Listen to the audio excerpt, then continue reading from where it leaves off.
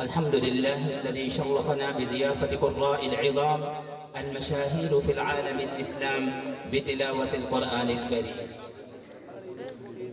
نشكر الله سبحانه وتعالى على ذلك، ونشكركم بمجيئكم في بلدنا، وأهنئ نفسي وجميع إخواني بمولدكم، وأقول أهلا وسهلا ومرحبا بكم. ونشكر الله سبحانه وتعالى على أن جئتمونا لتقرأوا القرآن العظيم وتنفروا قلوبنا بتلاوة القرآن الكريم، ذلك فضل الله علينا وعلى أهل باكستان. ونشكر الله سبحانه وتعالى على هذا المن العظيم، وندعو أن يجزيكم الله خيرا كثيرا كثيرا في الدنيا والآخرة. قال الله سبحانه وتعالى: والآخرة خير لمن اتقى ولا تظلمون فتيلا. قال الله تبارك وتعالى في مقام آخر: والآخرة خير وأبقى.